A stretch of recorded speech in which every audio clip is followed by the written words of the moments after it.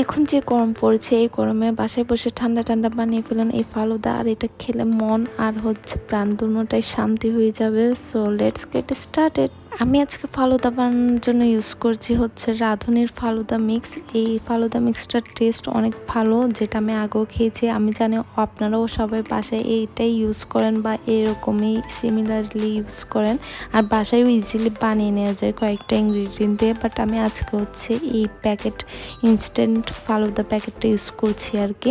আর এখানে আমি জেলিগুলো বানিয়ে নিচ্ছিলাম। আইনো আমি এখানে একটু পানি বেশি দিয়ে দিয়েছিলাম, যার কারণে এটা একটু বেশি পাতলা পাতলা হয়ে গিয়েছে।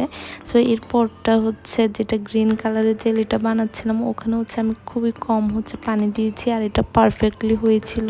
আমি জেলিগুলো আগে থেকে বানিয়ে রেস্টে রেখে দেবো, যাতে এটা ভালো করে সেট হয়ে যায়। আর আমি এখানে 2 কালারের যে জেলিগুলো ছিল ওই দুইটাই আমি বানিয়ে সেট করতে রেখে দিয়েছি। আর এখানে আমি আরেকটা পাত্রে 1 লিটার গরুর দুধ নিয়ে নিয়েছি, যেটা খাওয়ার জন্য ইউজ করে বাসায়, ওইটা নিয়েছি। আপনারা চাইলে যে কোনো গরুর দুধ ইউজ করতে পারেন। আর এখানে এই ফালুদার প্যাকেট যেটা ছিল আর কি। আর এইটা দিতে গিয়ে আমার এখন কি হবে আপনারা দেখেন, আমি হাতটা ভুলে ডেকচির সাথে লাগিয়ে ফেলেছিলাম, যার কারণে পুড়ে গিয়েছে। আর এগুলো জোরে করে সব দিকে ছড়িয়ে গিয়েছিল। সো যাই হোক, আমি কাজ করতে গেলে এগুলো হয়, আর আমি পুড়ে যাই, কেটে যাই। মানে আমি যখনই করতে যাই তখন এরকম হয়, মানে আনারে রাঁধুনি হলে যা হয় আর কি, এক্সকিউজ দ্যাট। এরপর আমি এই ইনস্ট্যান্ট ফালুদাটা দিয়ে দিয়েছি। আমার জ্বালা পোড়াটাকে আমি সাইডে রেখে আমি ভাবলাম ভিডিও তো আমার বানাতেই হবে, তাই আমি যা হওয়ার হোক, আমি পুড়ে যাই, মরে যাই, তারপর আমি ভিডিওটা কমপ্লিট করব।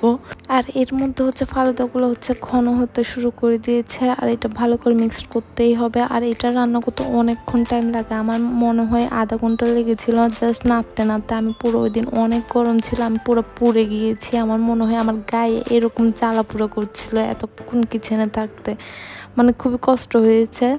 তারপরে যাই হোক, আমি ভিডিও তো করব, আর আমি এখানে করছিলাম।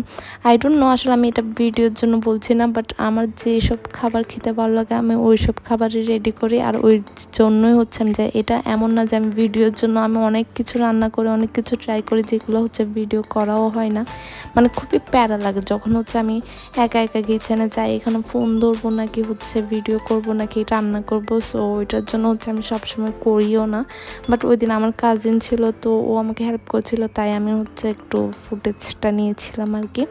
আর আমার বাসায় আরেকটা প্রবলেম আমি যা বানাই তা আমার আম্মু কখনো খায় না। আই ডোন্ট নো উনি কি মনে করে, মনে হয় কি আমি এখানে বিষ মিশিয়ে দিয়েছি ওনার জন্য, বাট আমি জানি না। বাট আমার আব্বু সবসময় আমার খাবার ট্রাই করে, আমি যাই করি না কেন, যে রেসিপি ট্রাই করি না কেন, বাট উনি সবসময় ট্রাই করে।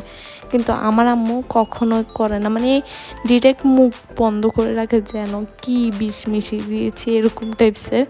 সো আমি জানি না কার বাসায় কেমন, সবাই একটু বলবেন আম্মুরা কি আসলে এমন হয় কি না, বাট আমারটা এমন। সো যাই হোক, এখানে আমি সব কিছু লেয়ারিং করে নিচ্ছি। ফালুদা আর জেলিগুলো আমি কেটে নিয়েছি। এরপর আমি এই আইসক্রিমটা দিয়ে দিচ্ছি। আর এটা আমি বাসায় বানিয়েছি। এই আইসক্রিমটা খুবই খুবই টেস্ট হয়েছে। আর আমি এক্সট্রা কোনো বাদাম ইউজ করছি না বা গার্নিশিংয়ের জন্য, কারণ আমি অলরেডি এই আইসক্রিমে অনেকগুলো বাদাম কুচি দিয়েছি, যেটা এখানে বোঝা যাচ্ছে না আর কি, বাট খাওয়ার সময় অনেক ফিল করা গিয়েছে। সো রেডি হয়ে গিয়েছে আমার এই ঠান্ডা ঠান্ডা ফালুদা।